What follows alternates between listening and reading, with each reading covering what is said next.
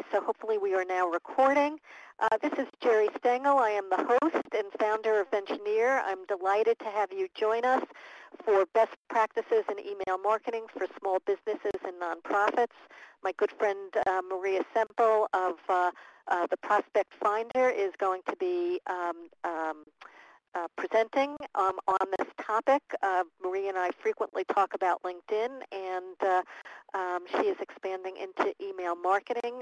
She is a guru at anything having to do with prospecting. So before we get into the presentation, I just want to review a couple of housekeeping rules.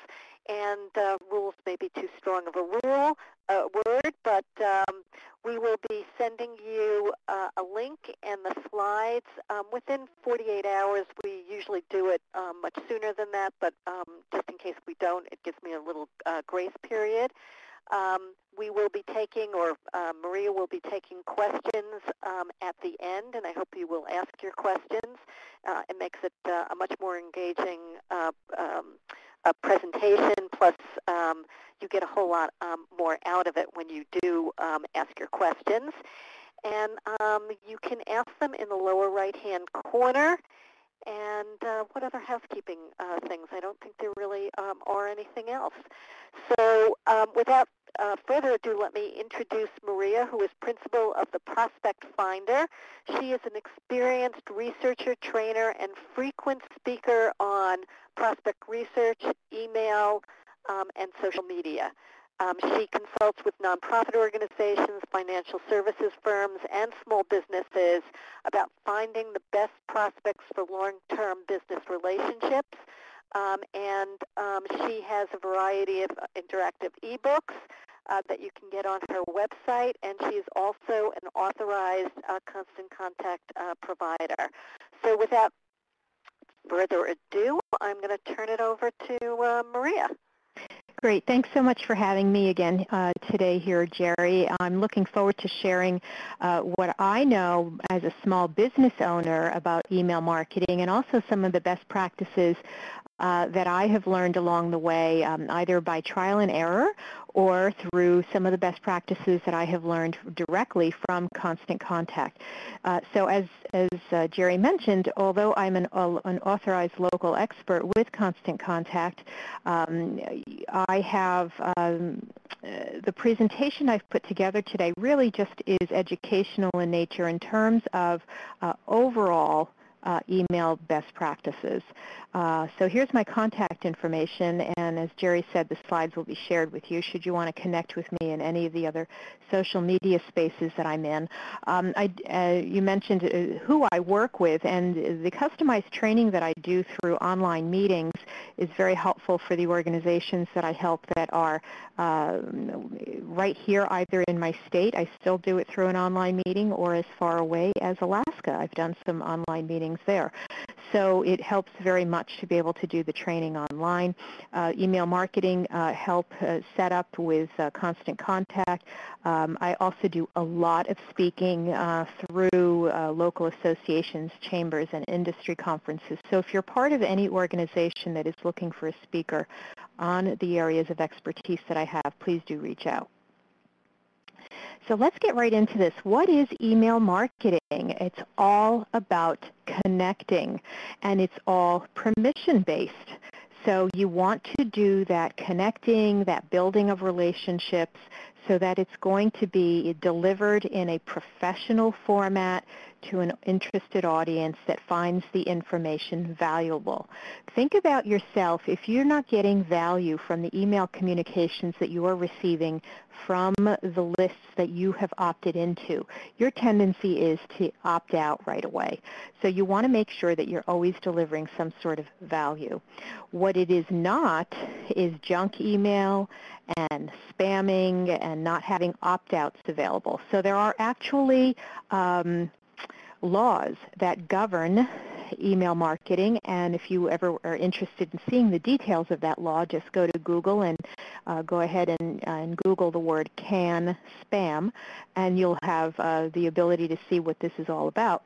But basically, you have to have certain things in place. You have to have an easy opt-out. You have to have subject lines that are not misleading. You have to have physical addresses posted on the bottom of each email. The delivery has to be to one person only and not to a mass email like you might get from some people where you are one of a million that are CC'd or blind copied. So you want to make sure that you have certain things in place. And what they say in the world of marketing is that on average it takes about 7 touches for a sale, or in a nonprofit's case, perhaps a donation, to occur. So what this gives us the opportunity to do is to really stay top of mind with people who are in our world, either as current customers or donors, or prospective people. So it's still the backbone of online marketing. I'm hoping that Jerry might have an opportunity at the end to share some of her findings from a recent survey that she did. But think about yourself and how often you're checking email, morning, daytime, evening, weekends. You've got so many people today are checking it on a smartphone, which is actually really important, and we'll touch upon some things about making your email smartphone ready, because you want to make sure that what you're sending out is not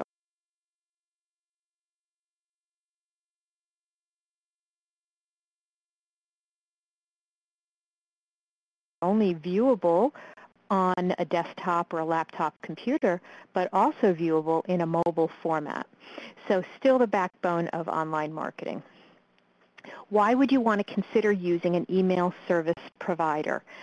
It really boils down to a few things. Templates that are very easy to use, and keeping all of your branding in place.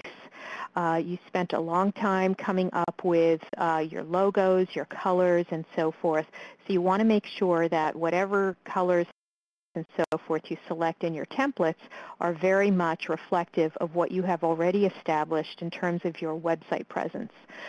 Normally what I say to people is when you're looking to, once you've established your account and you're ready to create your first email, when you're looking at the various templates, they've broken it down by categories. So if you are an educational institution, there are some templates that might be more suitable and have some photography already included that might be reflective of that, versus if you're a spa owner, for example. But what I tell people is, when you're shopping for a template, think of it as shopping for a house or an apartment. Don't get so caught up with what you're seeing in terms of the colors that you're seeing on the template. All of that can be changed to match exactly to your website. So you're looking to get a template that has really that layout and that feel that you want to have reflective of the branding that you want going forward. The emails are addressed to one recipient only, so that's very important, and you can personalize it. My emails that go out on a monthly basis with my monthly prospecting tips will say, "Dear Jerry." And when it's placed into an archived format, the system is smart enough to know to convert that "Dear Jerry" to a simple word, "Greetings." So that's really great as well. The messages are all archived. Handling of lists, the subscribers, the opt-outs is all managed for you. Basically, yourself, you're either inputting names of business cards that you receive from people who have agreed that they would like to receive your communications, or they might be opting in through your website. So we'll talk about some of the other ways you can build your lists. But really, the easy opt-out has to be available. And keep in mind the recipient always defines spam. So instead of simply opting out, they might decide to report your email through, say, their Yahoo account or their Hotmail account. They may decide to report you as spam. And when that happens, it does filter back to Constant Contact that this was triggered as a spam report. So you really need to make sure that your spam reports stay low. Otherwise, you will actually get a call from Constant Contact, and they will say, what's going on? Are these permission-based email addresses that you're emailing to? Suddenly we have an increased rate in your spam reports, and that's definitely a problem. We'll talk about that later, too. Another reason why you would want to be able to use an email service provider is for tracking of delivery of the emails, and also some of the results, some of the interactions that may have happened. You'll know not only who opened the email and when, but also any interactions such as click-throughs back to your website. Maybe you have an event you're promoting and you provide a click here link to learn more about our event. You'll know exactly who is interested enough. I usually say to nonprofits, you know, if you've got a gala that you're planning and you know now the date of your gala for the fall, of course you'll know that at this point in the year, why not send a save the date email blast out, and then you'll actually be able to track who was interested enough in the spring to track, to click through and learn about the save the date for a fall event. You can take that pool of people and actually put them in, segregate them into a separate list if you wanted, and really give them some additional communications and treatment, something a little bit more special above and beyond. Permission reminders are also something you can include at the top of each email, reminding people that why they're receiving the communication from you, and that they can easily opt out should they decide they no longer want to receive. So those permission reminders are great to be able to put at the top of the emails. So I often get asked, well, how do you build your list? If you're just starting out, how in the world do you start building this email list? Any meetings that you're having on behalf of your business or your nonprofit, certainly those one-on-one meetings and networking events are a great opportunity for you to meet people and exchange business cards. But do be careful. The simple exchange of a business card is not permission enough to add their name to a list. So you would want to go ahead and say to them, you know, we send out a weekly or a monthly blast about events, about interesting topics related to something you're clearly interested in, and you know, you've had a conversation with them, and let them know that you'd like to add them to the list. Building your list at on your own email signature line. So whatever you're using now to send out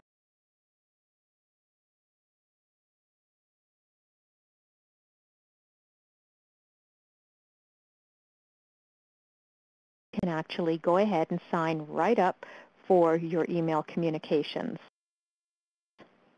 Certainly any events that you have, you want to be able to provide an opportunity for people to sign up and continue to receive communications from you. Your website absolutely should have a sign-up box. At minimum on the home page and the Contact Us page, but if you could ideally have it on most pages of your site, that would be great, so that people visiting can leave their email address and receive communications directly from you. And those of you who have a Facebook business page, remember you would want to have a separate page from your personal account, right, on Facebook. And though we're not going to get too much into Facebook now, I do want to mention that you have the capacity to have an app that communicates directly from Facebook to Constant Contact and allows people to sign up. Say they're on your Facebook page, maybe you've got a great base of supporters already through Facebook, a great number of followers. You can let all of those followers know that by clicking through on this link, and it's the particular app link, they can sign up for your email communications. So there you have an opportunity to really integrate that marketing. Something new that they added in the last year at Constant Contact, which I thought was fabulous, was the ability for people to text in a code and sign up on the spot for your communications. So very often, and when I'm doing a live presentation, I'll let people know if they want to continue to get communications from me. They can pull out their phone and they can text the word prospect to the number 22828, and that will start the process of being able to sign up for my email newsletters. So you decide on what that word is that you want to have as your trigger word. I selected the word prospect. It was available, so that's what I selected. But obviously you want to think branding-wise, what's a simple word that you can throw out to people and say, hey, you can go ahead and sign up right now on the spot. So think about that for those of you who are perhaps arts organizations performing arts, you have an opportunity there. You have a captive audience. They can pull out their smartphones and sign up for your lists in that way. QR code signups are another opportunity. You can create a QR code that will lead right to the sign-up page within Constant Contact. And those, of course, you wouldn't want to put the code on your website. Those codes would go on your hard-printed marketing materials. So whatever you have that is a leave behind, things that you're handing out at events, any materials that you send out to people that can have that, easily have that QR code on there.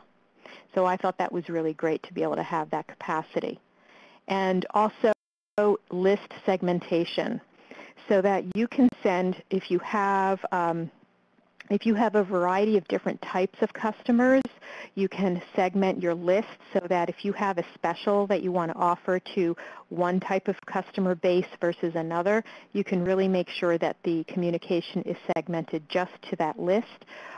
Or if you have a blast that you want to send out to all your lists, you simply select all the lists to receive that particular communication. So I want to make sure that you understand that your subscriber list, your email list, is such a valuable asset for your organization. So you may want to make sure that you're guarding that carefully and not sharing or selling it. I've often seen on websites where they actually will state that we will never sell or rent our lists to any other third parties. So if you feel more comfortable in placing that there, that would give a comfort level to people visiting your site, certainly go ahead and include that language. When you're creating an email blast, you want to make sure that you are defining your objectives. Basically, you're doing one of three things. You're promoting, informing, or relating. So the emails that you may have received from Jerry from Ventioneer about today's webinar would have been considered a promotional email, providing event information, click here to register for this webinar. Very often I'll send those out when I have live events that I'm doing and webinars. I always send out an informational email. That's an email that's more about news. Okay, so there I'm doing some sort of educational content. Try and send that on a monthly basis. And other times you might be sending out more of a relational email to increase loyalty. Certainly you want to be able to encourage referrals and sharing. And we'll talk about some of the sharing opportunities that you have available to you as well. Now, you think, well, all right, we've got our list.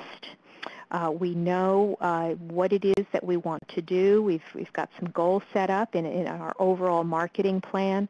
How do we come up with valuable content? What in the world do we write about? So certainly you all have some sort of expertise that you can share. You have frequently asked questions that come your way. Think about those frequently asked questions that you might even have on your website, so you can address some of those issues right there through an email. And certainly it's always about what the audience is interested in. They are tuned into that famous radio station, that What's in It for Me, WIIFM.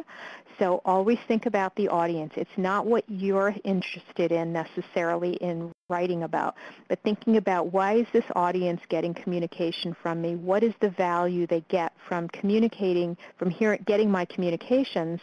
So what is it that they want to receive information about? And you may notice certain communications may trigger more opt-outs, and then you'll know, okay, well, we didn't hit the mark there. People weren't interested in this particular topic. Google Alerts I find to be a fabulous way of staying informed of interested communications that I'm looking to write articles on. Also, there are fabulous articles already out there. So I want to be aware of particular topics.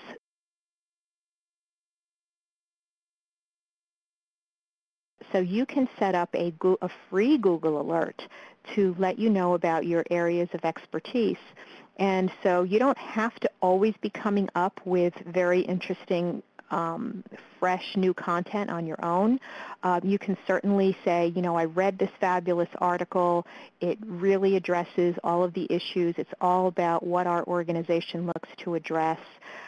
Maybe you're in a company that is a computer IT company, and you just read a great article about cloud computing, and you want to share that article with your subscriber base because it really addresses the things that you should be looking for in cloud computing. Well, you didn't write that article. You just happen to think it really addressed everything very well. You can add a lead-in paragraph and say, you know, I just came across this article in Tech World or on Mashable.com, and I just thought that the points were all fabulous. Click here to read the entire article. Share with me if you agree. So again, there, it's you becoming a cultivator of information and a conduit, and so you become known as a person who's really staying on top of what's going on. Other valuable content, if you have YouTube videos that you already have, maybe you've got a YouTube channel, you've got some great video content, maybe even some testimonials, those can be embedded right within the email communication so that people can click through. They see that little preview window. It's very recognizable with that arrow and letting people know to go ahead and click, and then they'll see a YouTube video. Any contests and giveaways that you have, coupons, things of that nature, certainly you would want to be able to use that embedded within the email as well. And acknowledging your audience, thank you notes, any holiday greetings. So if your customer base has really pulled through for you and all of a sudden you've had the best quarter ever, why not send a thank you to your customer base and let them know how much you appreciate them. One of the tips that I wanted to share is that you want to keep it as white as possible, right, and not have it very text-heavy, using some bullet points to share important information, and shorten those articles.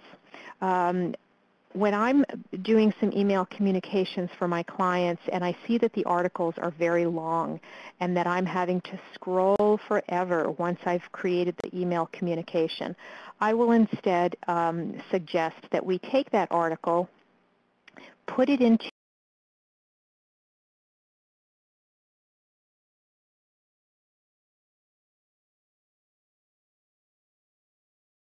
images in your constant contact account, an image library. You can have a library of documents as well. So you might provide the first lead-in sentences or the first paragraph to the article. Go ahead and provide that click-through where they can get additional, the entire article. That does two very important things. Number one, it shortens the overall email communication. And number two, it provides you with additional background information about who clicked through and how many click-throughs there were on those articles. So that is a fabulous way for you to shorten it. I suggest you always send a test message to yourself and open that test message on your computer, your desktop, and also open it or have a colleague open it on a smartphone, and see what that communication looks like on a smartphone and how long they have to really scroll through to get to the bottom of that communication. Very, very important. We all have a very short attention span. How often should you send out your communications? If you can create a master schedule for yourself, that would be great. Don't get overwhelmed. And I would suggest if you have no email marketing going on right now, that you think about setting out a communication monthly to start with, staying top of mind with people at least those 12 times a year. You might even include a frequency schedule in the sign-up area. This way people know what to expect. Am I going to get something from Ventioneer daily, weekly, monthly? How often am I going to get these communications if I go ahead and share my email address? So you may want to let people know that right up front. Certainly keeping it to that planned frequency would be a great idea. Otherwise, they will definitely start to opt out of your list. and testing the list as well. People often ask, well, what's the best time of day to send it? It really depends. Who is the consumer of the information? Are you a business to business? Are you a business to consumer? When do you think that the people you are sending this to would be most likely to want to read this communication? So you can actually take your list and maybe split it and test sending it weekday versus weekend. And over time, you'll be able to see where the open rates are higher. There are other things that will affect your open rates. We'll talk about that in a minute, but certainly you can do a test to see what is going to be suitable. In my live presentations, I often ask, by a show of hands, how many of you are actually opening your emails, work-related emails, on the weekends? And I would say about 98% of the hands are going up in my audience. And that tells me that people are never really and truly turned off. So if you have a communication that you think may resonate better with somebody reading it in a more relaxed state during the weekend, think about testing it and sending it out on the weekend. I've not done that yet, but I can tell you that I'm definitely considering it. Deliverability. What tracks you as an open? How is that open rate really tracked at Constant Contact's end? A couple of things have to be in place in order for this to be tracked as an open.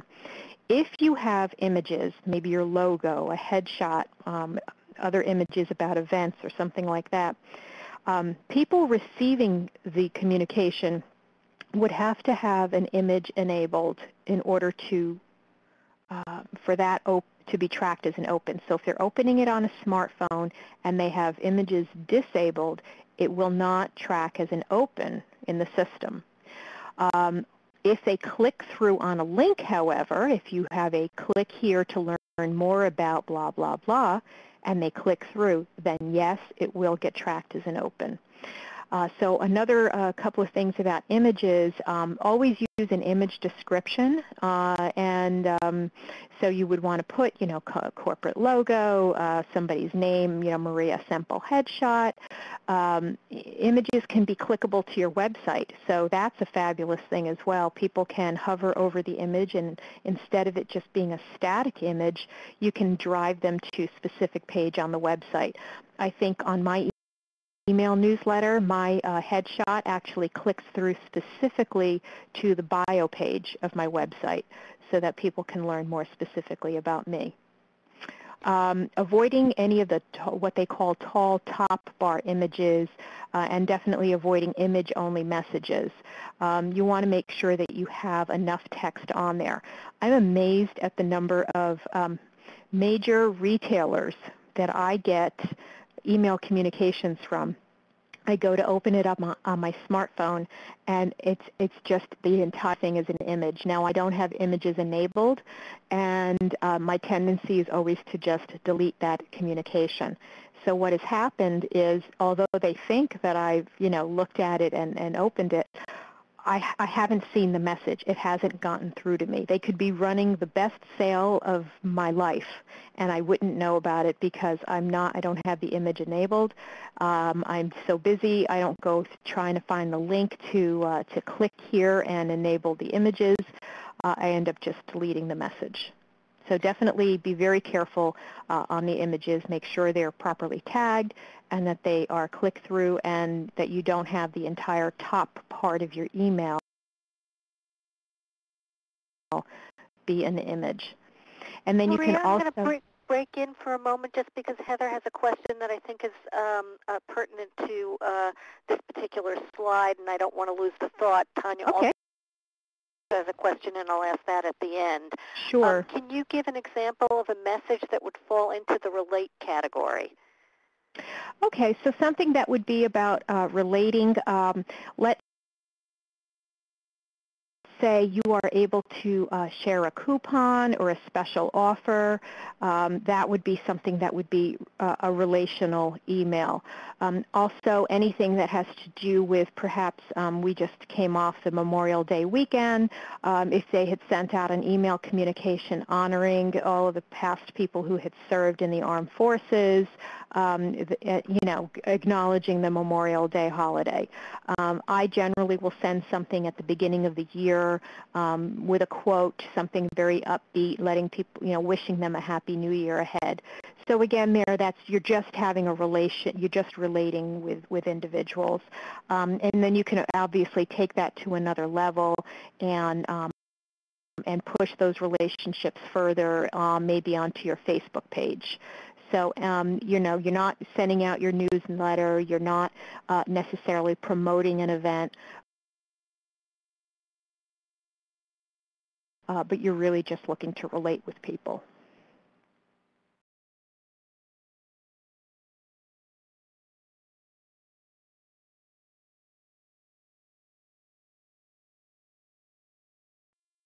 Point. I'm going to let you decide, so we can do it at the end, or if you think it's relevant. Okay, to let's hold it. Let's hold it to the end, and we'll address that question as well. One of the other things about deliverability, the last point on the slide about running a spam check before sending, so you do have the ability to have Constant Contact check that email for you, for example, and see how it ranks in spam. And if it ranks very well, if they're saying, this looks good, then you know that it's very likely to get through. Remember, your goal is to end up in somebody's inbox and not somebody's spam box. And certainly not have things there that are going to trigger you being reported as a spammer. So we'll talk about that as well. Getting the email opened, making sure that that from line is very recognizable to your audience, okay? So your company name should be in there. Try not to be using a Gmail account to send this from. So at whatever yourcompany.com. Using the name, the branding of your organization, and the consistency is going to be important as well. So mine will typically say from Maria Semple, comma, the prospect finder. Some people know me as Maria Semple. Others may have heard me speak somewhere and just kind of remember me as the prospect finder. I just go ahead and just cover all the bases. It's short enough. I just include my entire first name, last name, and name of company. Subject line, a couple of tips there in getting your email opened. First of all, the from line, they say, is about 60% of the reason why somebody would open an email. The subject line, second most important thing, because it's got to be short and simple. People have literally 1 to 2 seconds to make that snap decision about whether or not they're going to open that email. So they're suggesting somewhere around the 30 to 40 character range for your subject line, maybe 5 to 8 words, and have that be the trigger. Think about people viewing this again. Keep viewing, think about that eye toward that smartphone, okay? Most of what's going to be happening in the future is going to be happening on mobile devices. So thinking about building all of your content, your subject lines, et cetera, that are going to be suitable for mobile viewing. Incorporate that immediate benefit of opening. If there's a 3 seats left type of thing, or a few tickets remain, or click now to learn more about this. So incorporate why they should open it right away. Be very careful with capitalizing a lot of words and your punctuation. So some of the spam techniques have certain words and certain things going on that will get you routed to a spam folder. So in the subject line, using the word free, using the word guarantee, spam, or credit card, believe it or not, those most of the time will get you routed directly to somebody's spam folder. All capital letters will do the same thing. Excessive punctuation, dollar signs, and other symbols. Certainly, if you have a from address missing or a misleading subject line, you could end up in their spam folder as well. So if you're trying to figure out, well, what are some of those inherent techniques, check out your own spam box. Look at those subject lines and repeat none of that. You'll know what not to do. You've heard of the show, What Not to Wear. This is what not to do so that you can end up in somebody's inbox instead of their spam box. Buying lists is a big no-no. I'm asked about this all the time. Well, we've got a list broker. We can buy or rent a list and, take all these 2,000 emails and dump them right into Constant Contact and start sending out. And the answer is absolutely not. Not only Constant Contact, but all of their competitor organizations will prohibit you from actually buying lists and placing those email addresses in the database. You're going to get a spike in your spam reports, and you very well could lose the account.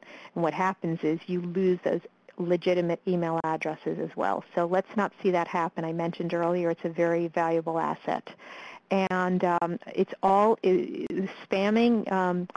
The perception of spam is really all in the eye of the recipient. So they get to decide whether to track your email and declare it as spam.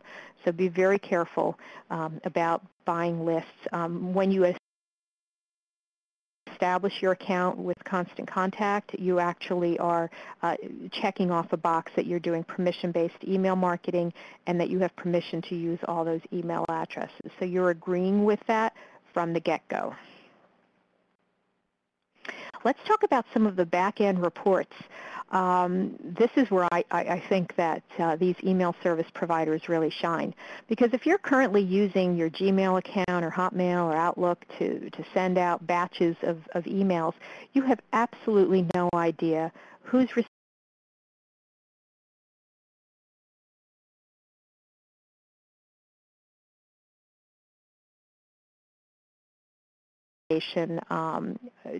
tracked for you. You'll know who opened it. You'll know who forwarded it through the system as well. And certainly the click-throughs. Any of those call-to-action links, click here to read the rest of the article. Click here to register now for this event. If they click through to your website or click through to a video link, all of that is going to be tracked. You'll know. You'll have back-end statistics to show who's clicked through on the call-to-action links. Another important thing is to know how was the email shared on social media. So at the very top of every email you send out, you can put the social share bar. You're very familiar with seeing that, I'm sure, on the emails that you currently receive. So the recipient, let's say I'm sending an email blast out, the social share bar is at the top. Jerry Stengel receives it and she thinks, wow, this is really cool, this is great information. Let me post it on my own Facebook page, or let me tweet about it, or let me send it to my LinkedIn page. So people the recipient can share it, but you as the sender can share it as well. So this is where you have the ability to really kind of meld the two worlds of email marketing and social media.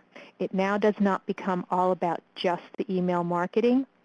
You can take those communications and they get leveraged much, much further. My monthly newsletter I will share within specific groups that I'm on LinkedIn that I know the group members would be of interest in reading it.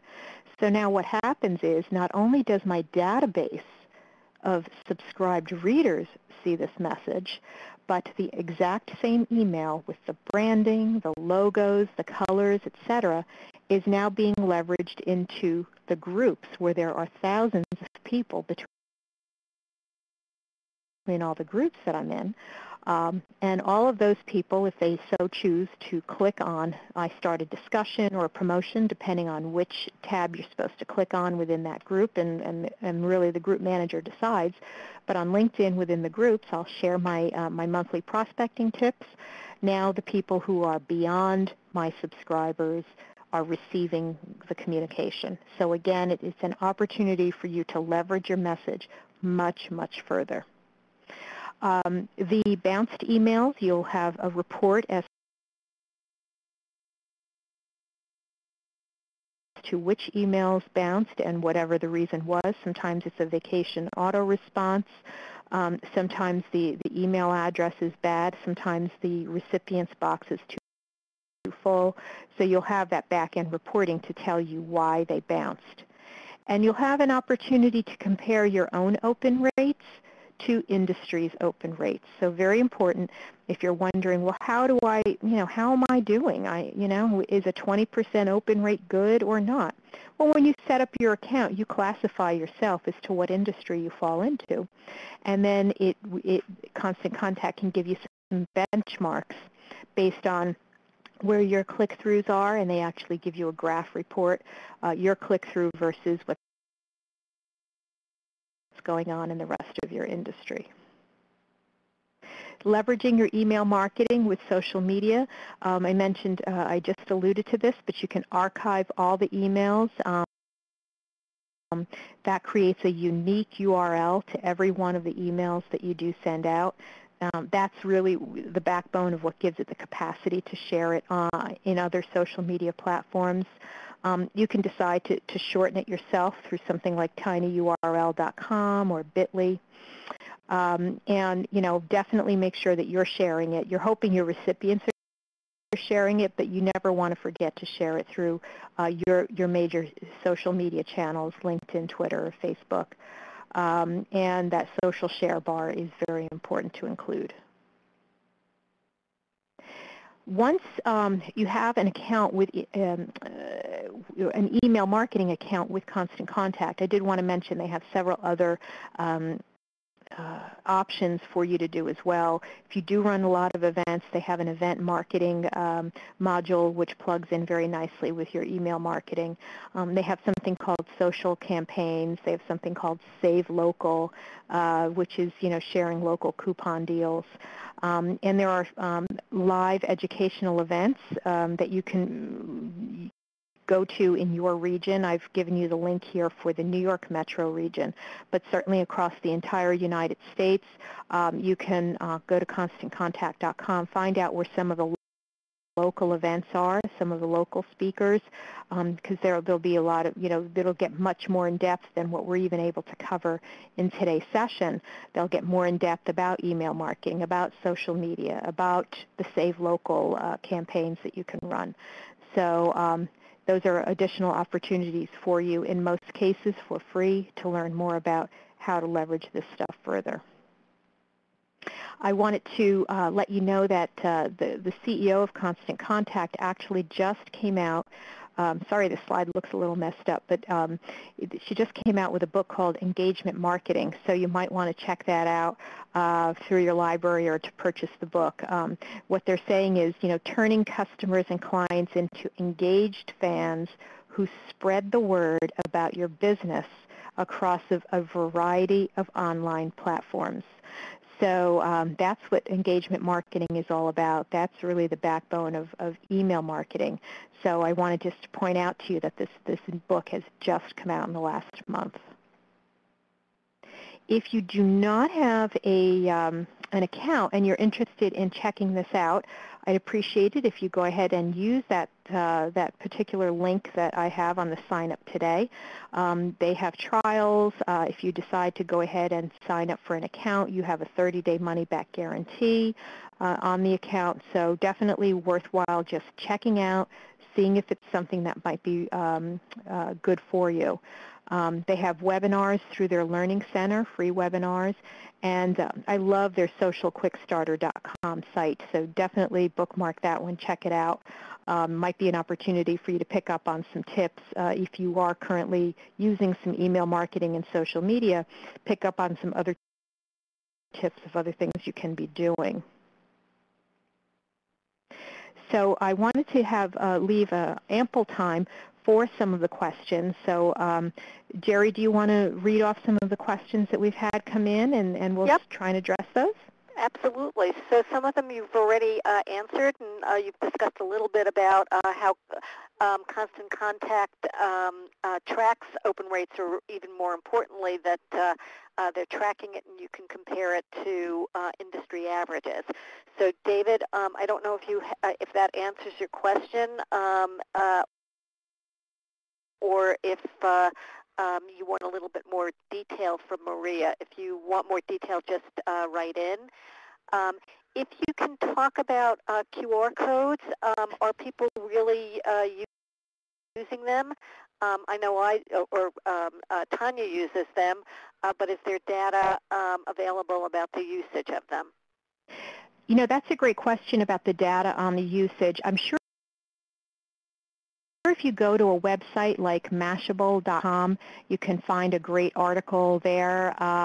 Jerry, what are some of the other sites that you like to bookmark for yourself on all this tech stuff that we could suggest to people to kind of do some of their own research about QR codes? I know that they are being used. I certainly am using them. I think you are as well, but I don't know about the back-end statistics of how well they're being used. Do you have any other sites that you can think about to point people to for great articles about that? Sure. I like Marketing Profs. Some of their content is free and some of it is paid, but Mashable tends to specialize more in social media and may not go into the depth on other kinds of internet or online marketing tools. ClickZ is another good source of information on online marketing, not just social media. And I'm just trying to think of some of the other sources of information that I use. So that's ClickZ, like the letter Z, zebra? Yes, correct. Okay. So it's clickz.com. And marketingprofs.com. Yeah. So both of them, I think, are very good resources.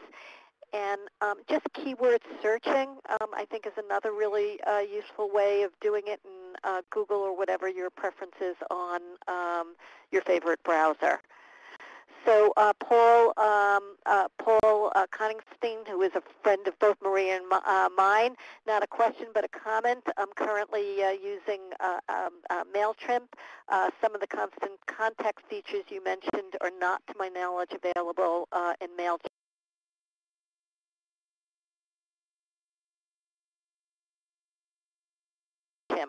So I guess, Paul, you didn't mean to be selling Constant Contact, but it's a good reason for using Constant Contact, meaning that they, I guess, provide much more comparative data on open rates and other statistical information. Rebecca is asking, is there any way to regain prospects after they've unsubscribed? Yes, there is actually. The prospect themselves needs to re-sign up on their own. So hopefully you go ahead and you have that email sign-up box available on the website or that text-to-sign-up feature available. They would need to initiate that. So you're not permitted to add them back in. They would need to initiate that themselves. So David has a follow-up question. Tracking email opens, what is the mechanism that Constant Contact uses? You know, that's getting on the technical end of things. In their help section, they do have some information about the technical, what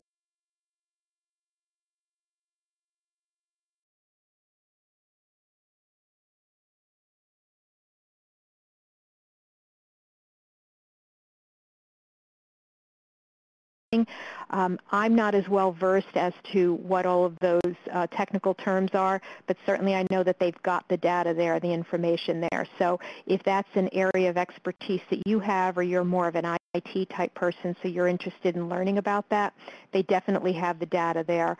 Their help desk is fabulous, so I would recommend that you even call them and say, look, I'm looking for this very specific bit of information about your services. Let me know where I can find it on your website. So it's interesting that you say that. One of the things that I'm very surprised about in my research is email companies do a much better job of educating prospects and customers about how to use their services versus social media. So one of the things that we found in our research is that people are much more effective at doing email marketing than they are at social media. And part of that is social media changes more often, but it's also sort of one of those shame on social media companies for not educating their prospects and customers on how to use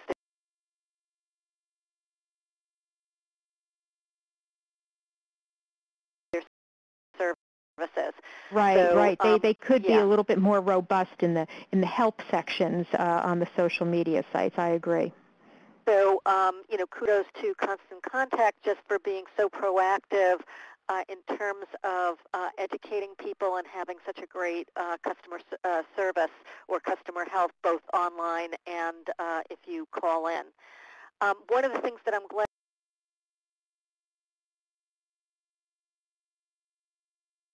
that you covered, because it was actually something that I was going to ask you about, was talking about graphics. So now that we're using services that are in the cloud for our email, like Gmail and Hotmail and Yahoo, a lot of them automatically turn off the graphics, and one way of helping to ensure that somebody who has turned off their graphics understands that there's real content to your email is by putting the alternative text in the descriptions describing the graphic. But one of the things that I've learned is to use headlines. So,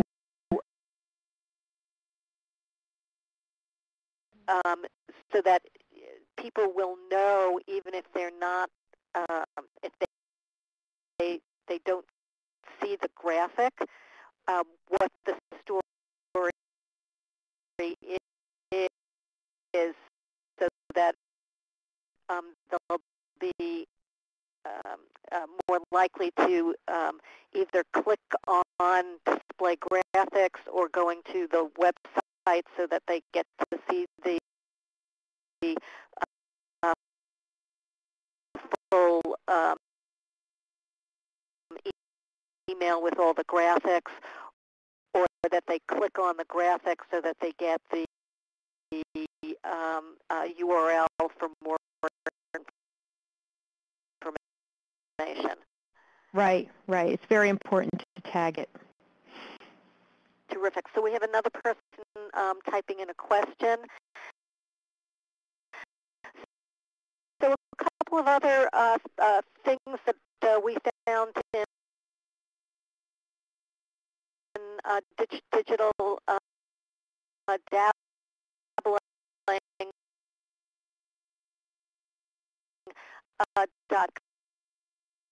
.com, which really compared all online marketing, not just email. Maria, you've made the point that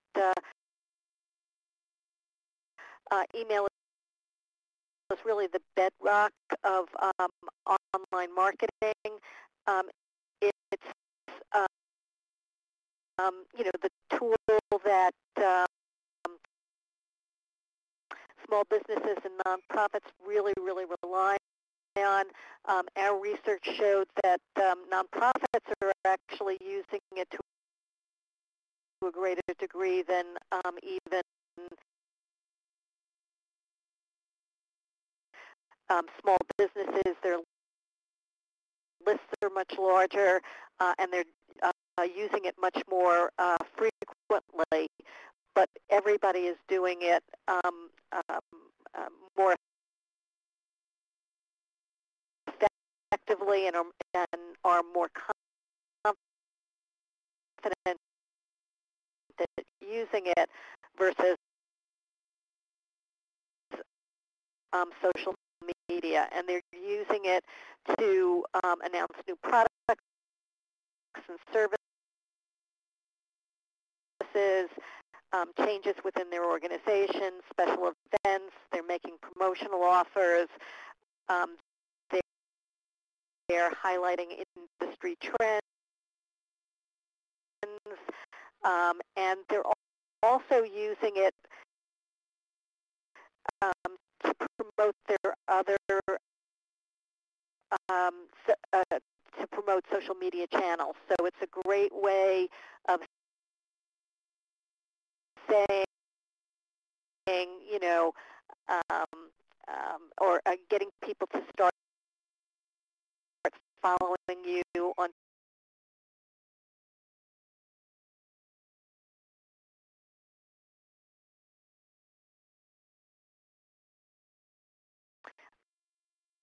using the social media icons.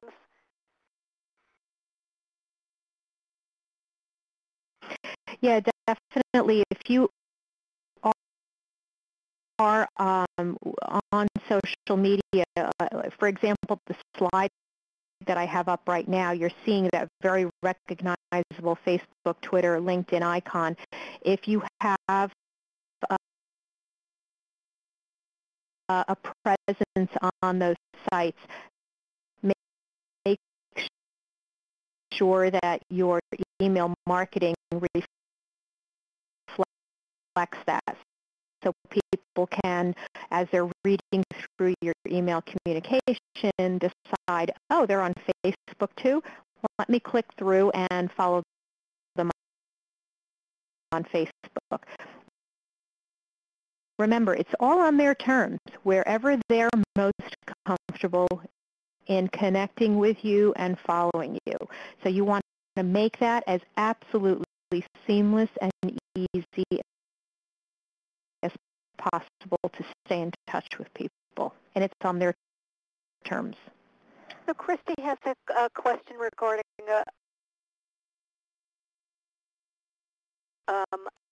objectives. So what is a good ratio of promotion to versus informing versus emails that are, you know, sort of relating to personal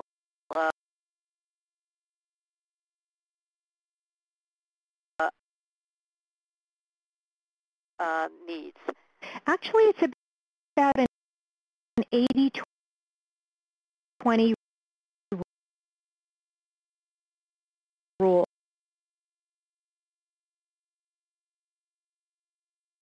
What they're saying is about 80% of your communications should be educational or informational in nature, and then that will allow for about, people will tolerate about 20% of something that's coming through that's salesy in nature. So that's about the percentages as they are right now is about the 80. You heard of the old 80-20 rule? Well, it happens to apply here as well. And Lori asks, does Constant Contact have a feature where you can actually purchase directly from the newsletter?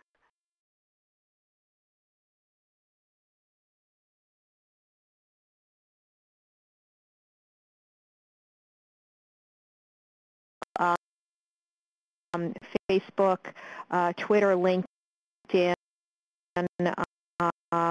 icon, you have the very recognizable Buy Now, PayPal. I think they integrate with the Amazon site as well. So you would be able to place that icon so that people can go right to the online cart, to the online purchase system that you have that will integrate with an email marketing communication that's sent out. So Emily is making a comment regarding links to social media. She finds it best to type it out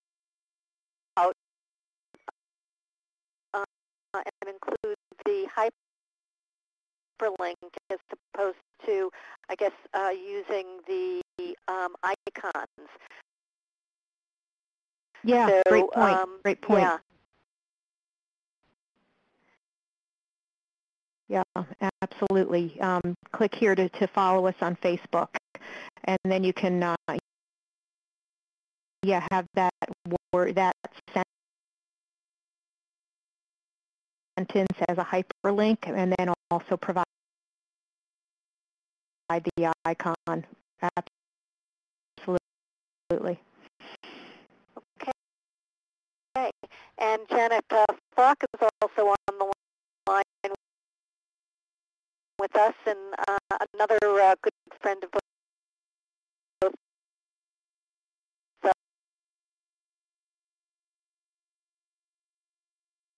Maria and mine. And she's commenting that she's heard that Thursday is the best day between 10 a.m. and 2 p.m. Do you have any thoughts on